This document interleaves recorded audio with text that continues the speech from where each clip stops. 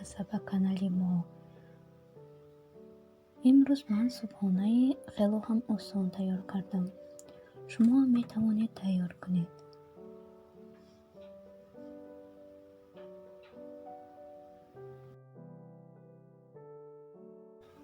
ما با بیرون برآمدیم. باید به دیسک پلیکلینیک رویم. بچه همون رو بریم. بچه ما امروز ماه شد. باید یک بار دیگه از دکتر گذاریم. برای همین ما رفتیم موسی.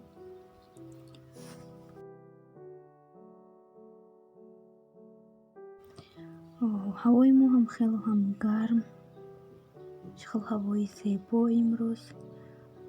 کرانتین نباشد که برای بیرون پرگوکه کنی. ما حاضر رفتیم.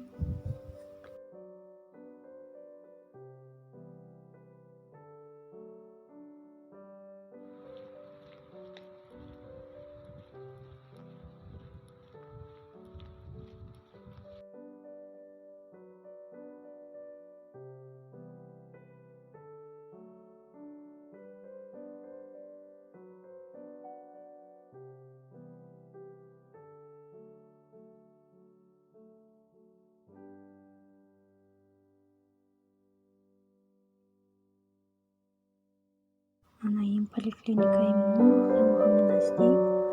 ما واسه میدرویم. توصیه میکنم و شما میگویم که ما امروز چیکار کردنیم. با ما باشید.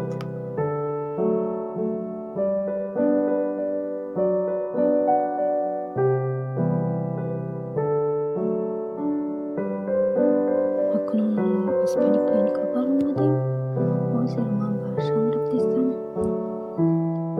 خواستم یه دو چی خرید کنم.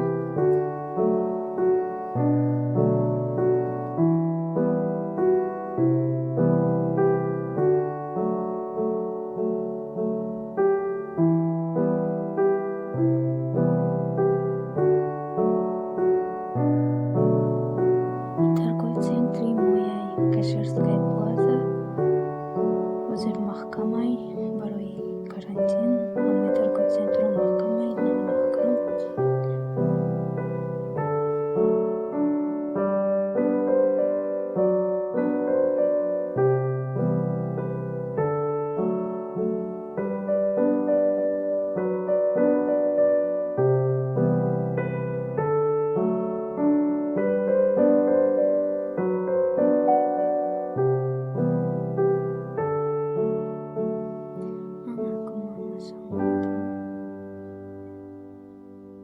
چی در کره میخرم شما تماشا کنید.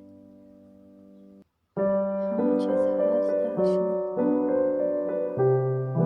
خیلی هم کلونه.